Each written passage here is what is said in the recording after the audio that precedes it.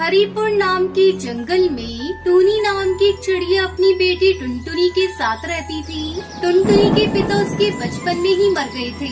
तब से उसकी माँ ही हर तरह से टुनटुनी की परवरिश करती थी। अपनी बेटी को किसी चीज की कोई कमी नहीं होनी चाहिए, ये सोचकर माँ टूनी बहुत मेहनत करती थी।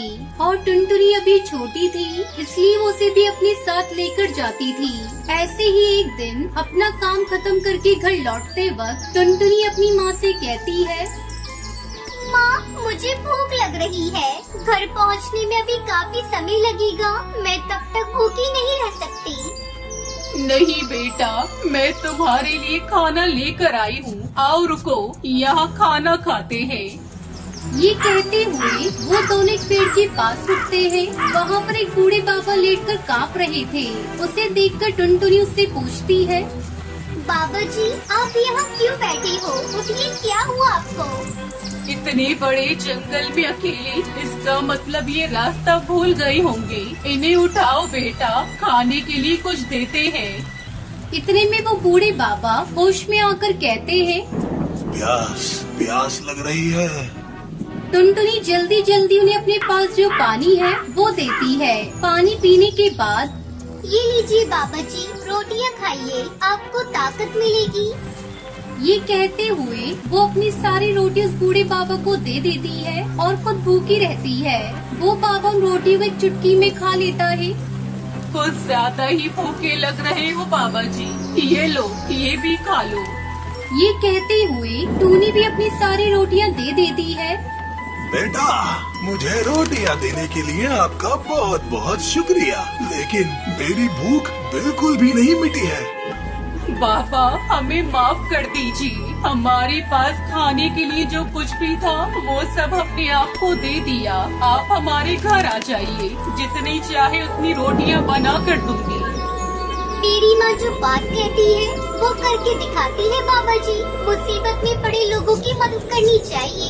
ये बात भी मुझे माँ ने ही सिखाई थी। वो आपकी मदद जरूर करेंगी।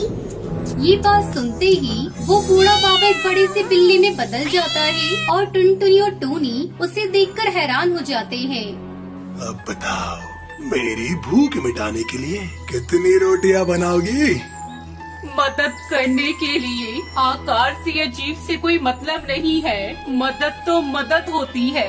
मैंने तुमसे वादा किया था ना कि तुम्हारी भूख मिटाऊंगी। मैं अपना वादा हर हाल में पूरा करूंगी। ये कहते टूनी अपने घर जाकर एक टोकरी भर के रोटियां बनाकर लाती है, लेकिन वो बिल्ला उन सारी रोटियों को एक ही बार में खत्म कर देता है।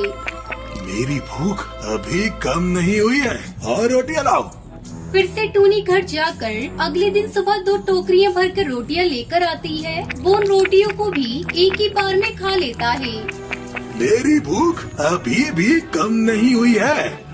अगले दिन 5 टोकरियां भर के रोटियां बनाते ही घर में सारा आटा खत्म हो जाता है। अब तो घर में भी आटा खत्म हो गया है माँ। अभी भी बिल्ला भैया की भूख नहीं मिटी तो हम क्या करेंगे? बेटा, अगर मुझे कुछ हो जाए या बिल्ला मुझे सजा दे तो तुम अपना ख्याल रखना। बेटा, वो बस तुम्हें कुछ न करे, यही काफी है।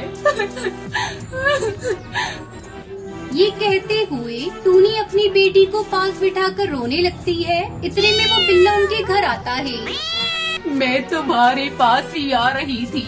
ये लो, 5 टोकरी रोटियां हैं। इन्हें खाने के बाद भी अगर तुम्हारी भूख नहीं मिटी तो और रोटियां बनाने के लिए मेरे पास आटा नहीं है। अब तुम मुझे जो चाहे वो सजा दे सकते हो। इतना सुनते ही वो विशाल बिल्ला एक परी चिड़िया के रूप में बदल जाती है।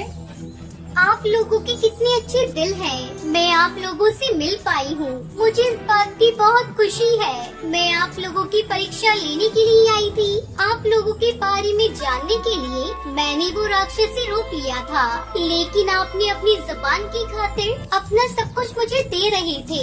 आप लोगों की अच्छाई मदद करने के हृदय के लिए मैं आपको एक इनाम देना चाहती हूँ।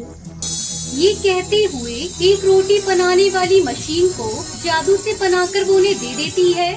ये एक रोटियां बनाने वाला यंत्र है। इससे रोटियां बनाने के लिए आपको इसमें आटा डालने की भी जरूरत नहीं है। बस इसे अपने हाथ से घुमाते जाओ और इसमें से रोटियां निकलती जाएंगी। इसकी मदद से आपको कभी खाने की कमी नहीं होगी और जिंदगी आराम से कटेगी। इससे आप दूसरों की मदद भी कर सकती है। ये कहते हुए वो देव परी चिड़िया वहाँ से चली जाती है। उसके बाद टोनी उस यंत्र को इस्तेमाल करके अपने व्यापार को शुरू करती है। उसने जैसा सोचा था कि वैसे ही टुनटुनी को एक अच्छे स्कूल में पढ़ाती है। ऐसे ही बहुत सारे गरीब पक्षियों की भूख भी मिटाती रहती है।